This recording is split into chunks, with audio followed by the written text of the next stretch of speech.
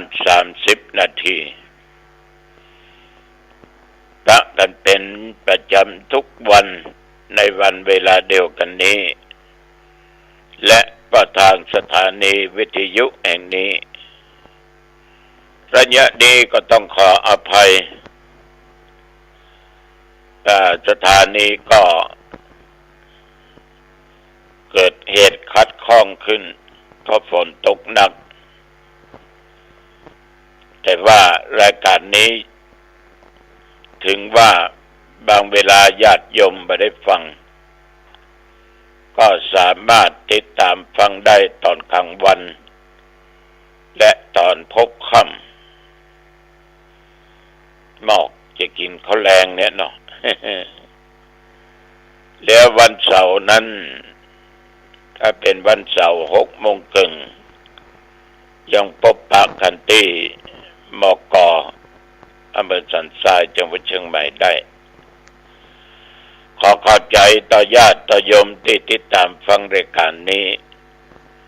มาด้วยดีตลอดนะบางคนก็ชอบฟังเมื่อเช้าบางคนก็กลางวันบางคนก็เมื่อแลงบางคนก็รายการธรรมะก่อนนอน4 ทุ่มมีคนฟังเยอะนะ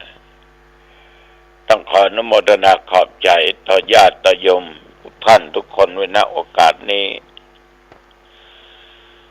เดือนนี้ก็เป็นเดือนมหามงคลของสมเด็จพระนางเจ้าสิริกิติ์พระบรมราชินีนาถพระบรมราชชนนีพันปีหลวง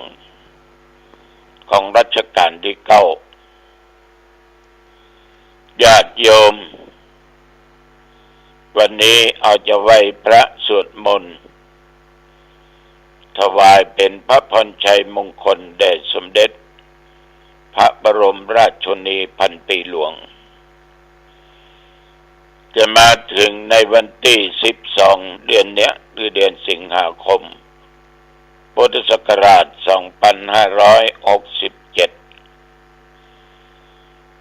ก็ขอญาติโยมนั้นตั้งอกตั้งจิต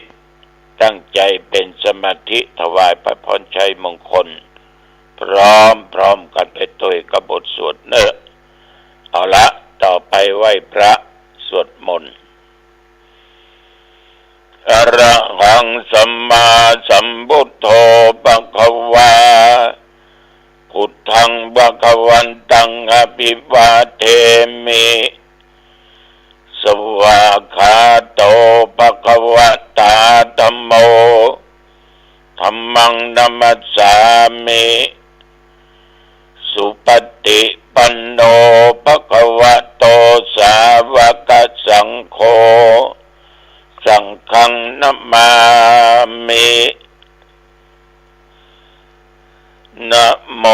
ตัสสะภะคะวะโตอะระหะโตสัมมาสัมพุทธัสสะนะโมตัสสะภะคะวะโตอะระหะโตสัมมาสัมพุทธัสสะนะโมตัสสะภะคะวะโตอะระหะโตสัมมาสัมพุทธัสสะพุทธังสารนังคัจฉามิธัมมังสารนังคัจฉามิสังฆังสารนังคัจฉามิตุติยัมปิพุทธังสารนังคัจฉามิตุติยัมปิธัมมังสารนังคัจฉามิตุติยัมปิสังฆังสารนังคัจฉามิตติยัมปิพุทธังสารนังคัจฉามิตติยัมปิธัมมังสารนังคัจฉามิตติยัมปิสังฆังสารนังคัจฉามิอิติปิโส ภะคะวะอะระหังสัมมาสัมพุทโธวิชชาจารณะสัมปันโนสุขโตโลกวิโทอนุตตโรปุริสธรรมสารถิสัตตาเทวมนุษย์สานังพุทโธภควาติสวากาโตภควตาธัมโมสันติติโกอะกาลิโกเอหิปัสสิโกโอปนะยิโกปัจจตังเวทิตัพโพวินโยหิติสุปฏิปันโนภะคะวะโตสาวกสังโฆอุจุปฏิปันโนภะคะวะโตสาวกสังโฆ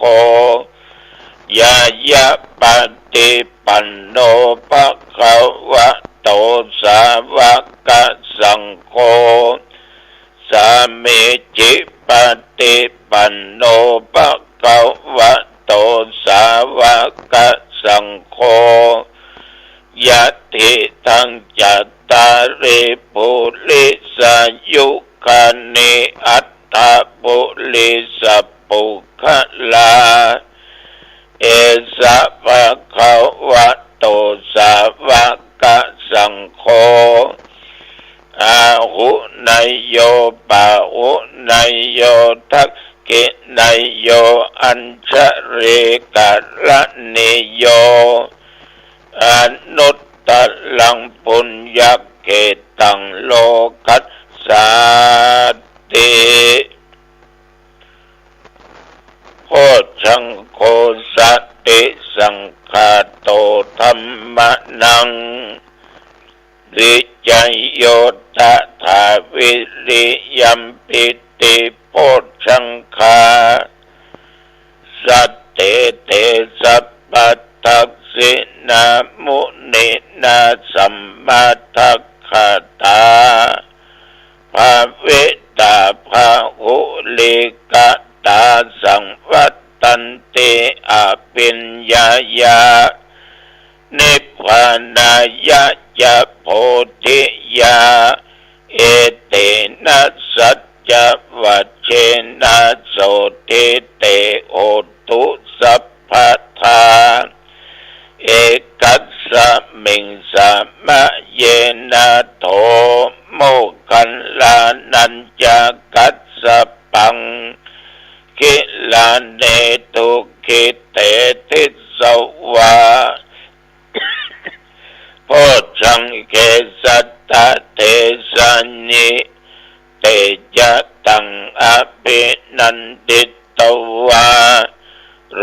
คามุจจิงสุตังคะเนเอเตนะสัจจวัชเชนะโสติเตโหตุสัพพทาเอกทาธัมมราชาปิเคลัญเยนะปิปิริโตจุนตเถเลนะตัญเยวะพระนาเปตวานะสัทธลังสัมโมติตวาจะอาภัทาธัมมาพุทธาสิทานะโสเอเตนะสัจจวัชเชนะโสทิเตโหตุสัพพทาปะหินาเตจะอาภัทาตินนันนัมปิมะเยสินังมัคคาอัตตะกิเลสาวะปัตตานุปติธัมมะตังเอเตนะสัจจวัชเชนะโสทิเตโหตุสัพพทายันตุนิมิต ตังอวะมังคะลัญจาโยจะมานาโปสกุนัสสะสัทโธปาปักขะโหทุตสุปินังอากันตังพุทธานุภาเวนะวินาสเมนตุยันตุนิมิตตังวะมังคะลัญจาโยจะมานาโปสกุนัสสะสัทโธปาปักขะโหทุตสุปินังอากันตังธัมมานุภาเวนะวินาสเมนตุยันตุนิมิตตังอวะมังคะลัญจาโยจะมานาโปสกุนัสสะสัทโธปาปักขะโหตุสุปินังอากันตังสังฆานุภาเวนะวินาสเมนตุปรมราชินีนาถาภูมิปัลลสาลาชิโนทัสสะมินทาภูปัลลสามาตุพุทธายาสัสสินีสัมพุทธามะกาอาคาพุทธธัมเมสัมมายิตาปุญญาติกาลสัมปันนาทานัชชาสยสังยุตตาสิริยาเกติยาจาปิอาภิกันตาอาภิขนังนิสัมวาการินิโหติอาติสันตสันอาวิยติกาเอสาเอลัตตาวาสินิอัตถายาจะเอตายะยะสัมปาเทติกะลัญญานิมหากาลุญญาเจตสาสิปานิจิวโนปาเยสัตตะเกจาอนุสาสติภาโหสิปิกะมันกัมมันจาอนุคันหาติโยนิโสวโนทกานุรักขาญะสัพพัทธาพุทธิทาสินีภาโอกัตเถสิกขาปัตเต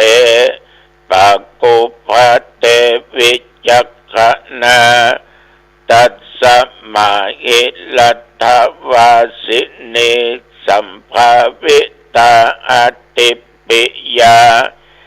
อิธานิสาวะโยวุตตาเทมัสสาวะละมังคะลังรัตนัตตยานุภาเวนะ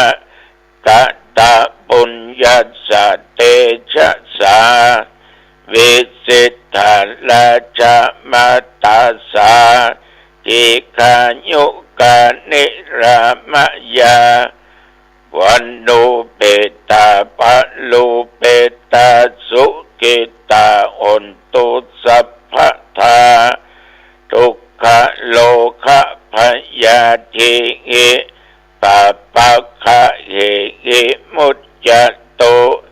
จิลัญชีวัตุทยานังสิริภูตาวิเศษโตวรากิติยาสักโขจาปัญญายันตุนิรันตรัง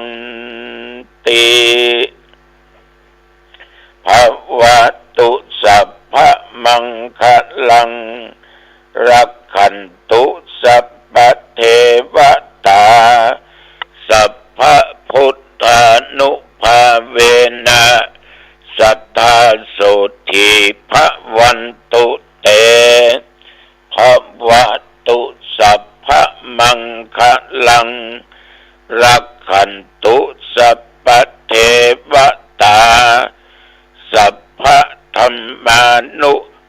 เวนะสัทธาโสทิภวันตุเตภวตุสัพพมังคะลังรักขันตุสัพพเทวตาสัพพสังฆานุภาเวนะสัทธาโสทิภวันตุเตโดยเดชานุภาพคุณแห่งพระพุทธเจ้าคุณแห่งพระสัทธรรมเจ้าคุณแห่งพระสังฆเจ้าโดยเดชพลังแห่งมนต์คาถาโดยสัจจะวัจจาอัตมภาพและพระสงฆ์นิกรขอถวายพระพรชัยมงคลแด่สมเด็จพระบรมราชชนนีพันปีหลวงขอให้พระองค์ท่านนั้นจงมีพระสุขภาพพละไมอันแข็งแรงทรงมีพระเกษมสำราญทรงมีพระชนมายุยิ่งยืนนานได้120 พระพรรษายิ่งขึ้นไปขอถวายพระพรกรมอุตุได้ประกาศบอกว่านับตั้งแต่ตะวันวามาจนถึงปัจจุบันบัดเดี๋ยวนี้แต่ว่าเดี๋ยวบริเวณวัดและใกล้เคียงวัดหนองตองนั้นตั้งแต่กินก็ง่ายจนเย็นมาบ่มีรายงานฝนตกแต่ว่านี่แดดออกแต่ว่าประมาณทุ่มปลายนี่ลงมิดมดหลายที่หลายทางด้วยกันอุณหภูมิแต่ว่านี่ก็35 องศาแต่ปัจจุบันนี่ก็20 องศาแต่ว่ากินของง่ายแล้วจนถึงเมื่อตอนบ่ายทุกเจ้าก็นั่งอยู่วัดไปไหนแต่ก็มีญาติโยมมากระทำบุญคล้ายวันเกิดพ่องถวายสังฆทานพ่องยังพ่องก็มีอยู่3-4 คนด้วยกัน4 คณะด้วยกันแต่วันนี้หลังจากที่ส่งน้ำอาบน้ำเรียบร้อยทุกเจ้าก็ออกปฏิบัติหน้าที่กิจการงานธรรมสัญจรของคณะสงฆ์ตำบลตุ้งสโตกเขต 2อำเภอสัมปะตองเชียงใหม่ณที่วัดร้องส้มปล่อยญาติโยมวัดร้องส้มปล่อยเนี่ยมีตุเจ้าอยู่1 ตนศรัทธาญาติโยมอุปถากอุปถัมภ์30 กว่าหลังคาเรือนแต่เป็นก็สามารถสร้างวิหารสร้างกุฏิสร้างศาลาสร้างหลายอย่างเสนาสนะในวัดศาลาที่เป็นนั่งบรรยายธรรมนะก็กว้างขวางมากขอบใจต่อท่านนายกและรองตลอดจนสมาชิกสภาเทศบาลและญาติโยมอุบาสกบาสิกาเป็นจำนวนมากมาแต่ละวัดในเขตตำบลทุ่งสโตกและครูบาอาจารย์สังฆะมีเจ้าคณะตำบลเป็นประธานท่านทั้งหลายก็มีความตั้งอกตั้งใจฟังธรรมะใช้เวลาถึงไหว้พระสมทานอัปศีลถึงยะยังสปะสเปดถึงปันปอนปัญญังก็ได้เกือบชั่วโมงต้องขอบใจเป็นอย่างมากในน้ำจิตน้ำใจของศรัทธาญาติโยมคณะสงฆ์ตำบลทุ่งสโตกอำเภอสันปะตองจังหวัดเชียงใหม่เป็นลืมเนิ่นวันที่10เอาปะกันที่วัดป่าเดือกหัวมุงอำเภอสลับดีธรรมสัญจรคณะสงฆ์ของอำเภอสลับดีพร้อมกับหน่วยงานองค์กรพี่น้องประชาชนพระตุลุงที่วัดป่าเดือกกินแม่น้ำปิงนั่นนะ วันที่11พระกันธรรมทูตสัญจรของคณะสงฆ์อำเภอหางดงที่วัดเขตคิชวาทหรือตุ้งลังแล้งอำเภอหางดงจังหวัดเชียงใหม่เป็นวัดเจ้าคณะต ำบุญนะไปพบไปปะกันได้พี่น้องญาติโยมท่านผู้ฟังทั้งหลายปีนี้ก็คิดว่าจะกระทำบุญอายุครบ78 ปีวันที่7เดือนกันยายน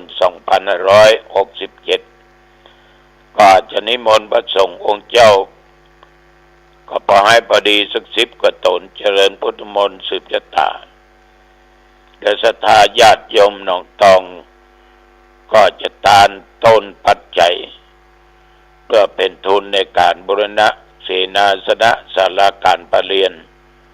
ที่มันชำรุดมันเสีย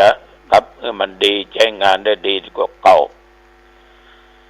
ในวันที่7เนอะญาติโยมแฟนบันแท้เจริญพรเนอะไปร่วมกันแล้วก็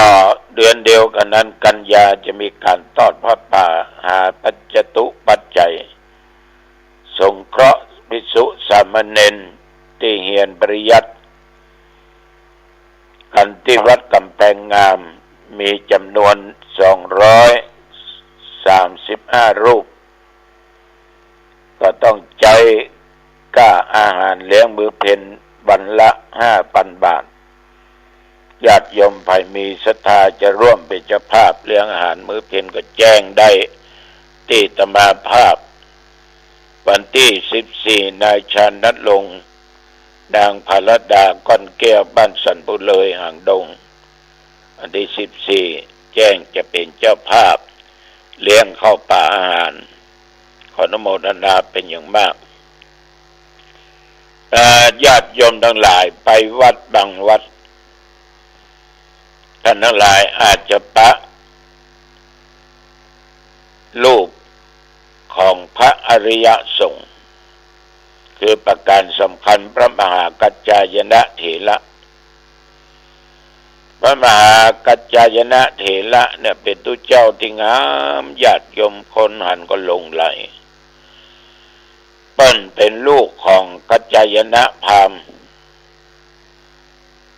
พ่อของเปิ้นเป็นปุโรหิตของพระเจ้าจันทประโชติ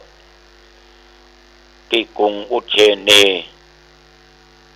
แต่เดิมนั้นน่ะพระมหาเถระตนนี้ชื่อว่ากัจจนะเพราะว่าท่านเป็นคนที่มีรูปร่างงดงามนะสมส่วนโดยแจ้กระตุลุงเอาไปหันหูปอย่างอึ้งปึ้งก็ย้อนที่มันงามนั่นนะเพื่อก็เลยทำมือเป็นอย่างนั้นส่วนมากจะนิยมเรียกชื่อเป็นว่ากัจจายนะท่านกัจจายนะเนี่ยญาติโยมจบไตรเพศต่อเมื่อพ่อเสียชีวิตไปก็ได้รับการแต่งตั้งเป็นปุโรหิตแทนตำแหน่งของพ่อพระเจ้าจันทประโชติหูว่าองค์สมเด็จสัมมาสัมพุทธเจ้าได้เสด็จอุบัติขึ้นในโลกธรรมที่พระองค์ทรงสั่งสอนเป็นธรรมที่ยังประโยชน์ธรรมเมื่อสำเร็จแก่ผู้ปฏิบัติตามเหมือนญาติเหมือนโยมเนี่ยปฏิบัติตามคำสอนของพระพุทธเจ้าเรามีพระประสงค์อัญเชิญทูลพระพุทธเจ้าเสด็จเข้าสู่กรุงอุเชนีก็ไล่รับสั่งคือกัจจายนะปุโรหิตเนี่ยเป็นผู้ไปทูลเชิญพระพุทธเจ้าและทูลขอพระบรมราชานุญาตออกบวช พระเจ้าจันทประโชติก็ได้อนุญาตเป็นห้องว่าประธานอนุญาตตามความประสงค์ของที่ชื่อว่ากัจจายนะกัจจายนะปุโรหิตนี่ญาติโยมทั้งหลายเมื่อได้รับอนุญาตแล้วก็ได้พาบริวาร7 คนไปกราบทูลพระพุทธเจ้าเมื่อไปถึงแล้วก็ได้ฟังธรรมเทศนาได้สำเร็จเป็นพระอรหันต์ โดยปฏิสัมภิทาจากนั้นก็ทูลขออุปสมบทในพระพุทธศาสนาเนี่ยฟังเทศน์ย้ำได้บวชด้วยนะได้สำเร็จเป็นพระอรหันต์แล้วฉะนั้นพระอรหันต์เนี่ยพระอริยสงฆ์อริยเจ้าทั้งหลายนะบาศกบาสิกาท่านทั้งหลายทุกเพศทุกวัยก็สามารถสำเร็จเป็นพระโสดาบันจนถึงพระอรหันต์ได้โดยจะดังกัจจายนะและเพื่อนฝูง ฟังพุทธเจ้าเทศน์ได้เป็นพระอรหันต์แล้วก็ได้บวชโดยเอหิภิกขุอุปสัมปทาเหมือนกับพระองค์บวชคือแก่พระโกณัญญะบวชแล้วท่านก็ได้ทูลเชิญพระพุทธเจ้าเสด็จไปสู่เมืองกรุงอุเชนีพระพุทธเจ้าก็ทรงต้านไปแทนพระมหากัจจายนะซึ่งประกาศพระศาสนาแพร่หลายในกรุงอุเชนีตั้งแต่บัดนั้นมาแทนที่พระองค์จะไปกับส่งพระมหากัจจายนะไปมหากัจจายนะนี่ญาติโยมเป็นพระที่มีปฏิภาณเป็นเลิศเป็นผู้เฉลียวฉลาดในการอธิบายธรรมะอย่างย่อพิสดารได้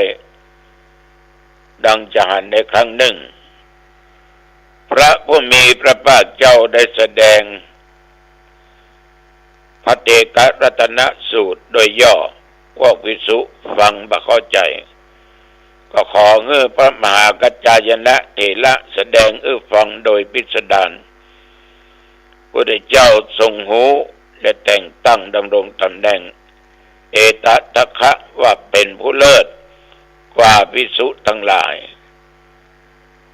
ผู้อธิบายเนื้อความย่อโดยพิสดารอันนี้เป็นปฏิวัติโดยย่อของพระมหากัจจายนะเถระเจ้าย่อใจความแก่ญาติโยมฟังฉะนั้นญาติโยมพระสงฆ์องค์เจ้าในยุคปัจจุบันมันก็เก่งไปคนละอย่างบางตนก็เก่งไปอย่างนั้นเก่งอย่างนี้แล้วแต่จริตของแต่ละบุคคลมันมาเหมือนกันญาติโยมมักจะว่าตุเจ้ามันยังเหมือนกันตนนั้นก็เก่งไปเก่งบอกก็ยังมาอย่างเดียวกันบางตนบางองค์เนี่ยตุเจ้าบางตนเพิ่งเก่งไปทั้งอื่นแต่เทศบ่เก่งยงจะไปเปรียบเทียบกับตนที่เทศเก่งมันเป็นของไผของมันจริตของไผของมันอันนี้ธรรมาภาพขอฝากกับญาติกับโยมเนอะโยมก็ปรับปรุงจิตใจของโยมให้เป็นพุทธจริตนะเป็นพุทธจริตเนอะ